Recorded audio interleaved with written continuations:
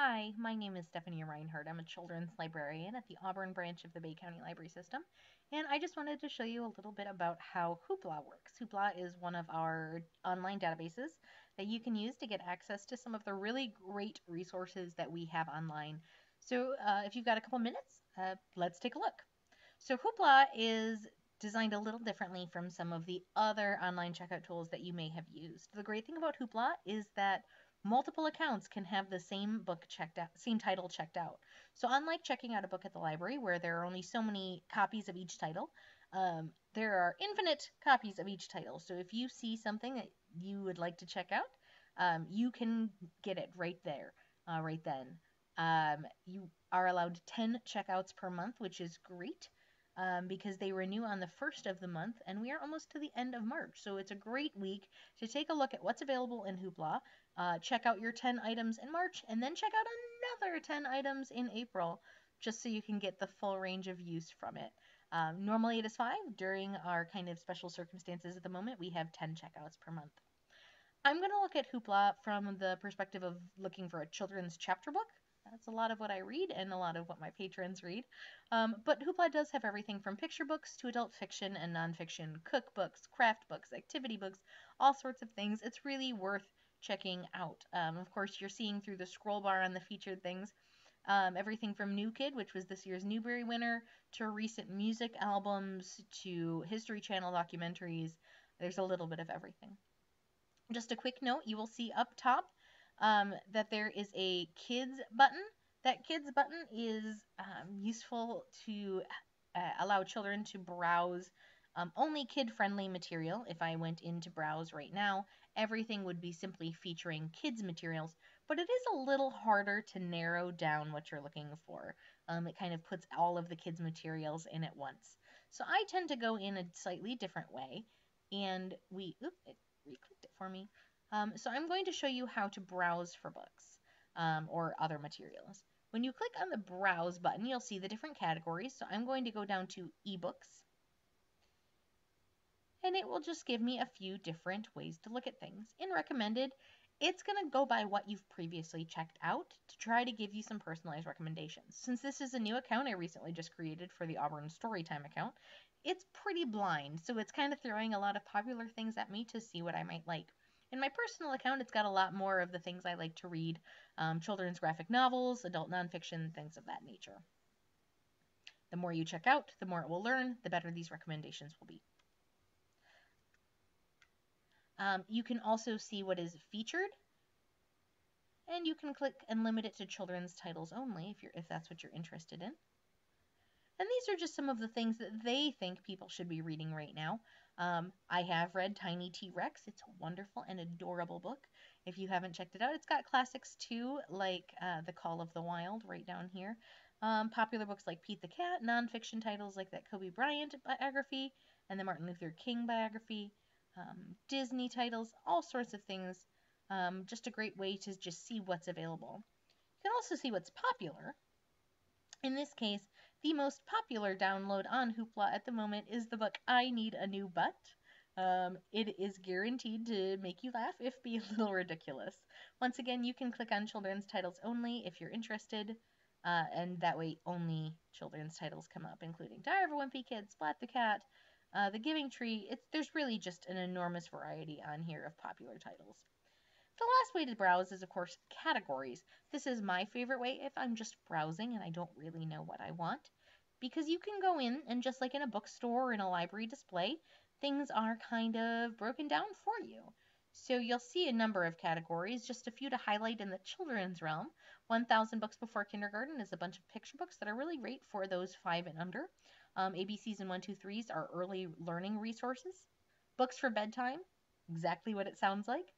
And then there's, excuse me, Homeschool with Hoopla, which are some learning resources, as are these Learning with STEAM categories, which are a little bit further down.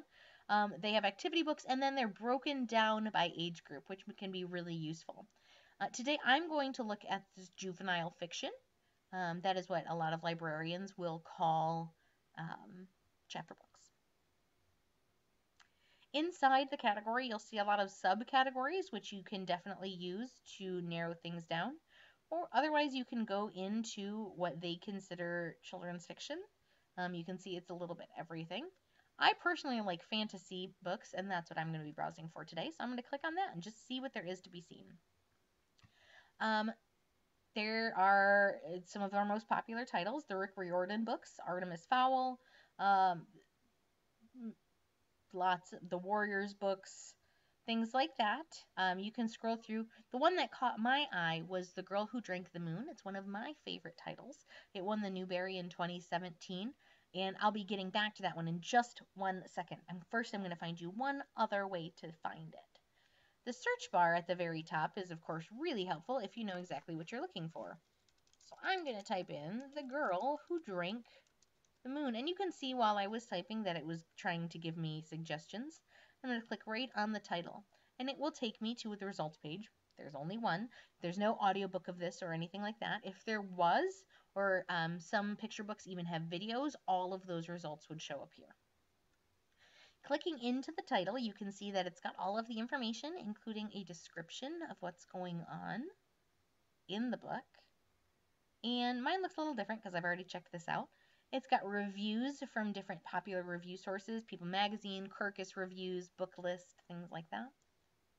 You can also see the rating other patrons have given it. 444 other patrons have read it, and they have given it 4.5 stars, so overall pretty great. You can give it a rating yourself. You can favorite it, which will also influence the recommended books that you have on that browsing page. And if mine says resume, but yours will say borrow. And when you click that, it will give you a return date 3 weeks out. So I just checked mine out. And so it will return automatically on Monday, April 13th, 3 weeks from today. It will, I must have checked it out right at 4 o'clock. You do get a full 3 weeks, just like a library book checkout, if you actually were able to come to the library. You can see that you can return it early if you'd like. But I'm going to go ahead and click resume to get right into the book. Now, it will normally open up to the front cover page, which has a picture of the cover. But because I wanted to show you some of the things that you are able to do with the text, I have it on the first page of the story. The chapters in this book are listed a little funny, so all of the chapters will come up as being numbers only and no titles. But you can always adjust the text in this. So you can adjust the size. This is really helpful for some people who, like me, might not want to wear their glasses all the time while they read. You can make it a little bit bigger, and you can see that it will get, that's about halfway. And you can go up as high as makes you comfortable. You can also switch fonts, and there are a number of fonts here. I just want to take a second to point out the Dyslexic Font. It's an interesting one. It was developed in order to help increase comprehension in people who have dyslexia or related disorders. Results may vary, but it might be worth trying. So you can take a look at that. And you can switch back and forth at any time depending on what is easiest for you. You can also search for things. If you, for instance, are looking in a cookbook or a nonfiction book, or you just remember a phrase and want to know the context for it, you can search for it and it'll go through the whole text of the book for you to try to find all of the results. You can also browse by chapter, which here are obviously just numbers. You can also do bookmarks. And earlier I set a bookmark to this page, page 7. So that it can return here. You set bookmarks by clicking on this bookmark icon. When a bookmark is set, it will be filled in like that blue bar. When a bookmark is not set, it will be empty, right like that. Every time you click on the bookmark bar, it will create a new bookmark. As you can see here, I've created a second bookmark. All right. I hope you enjoy Hoopla and you get a chance to browse and see all of the wonderful things there are. If you have any questions, leave them below, and I will do my best to answer them. Have a wonderful day.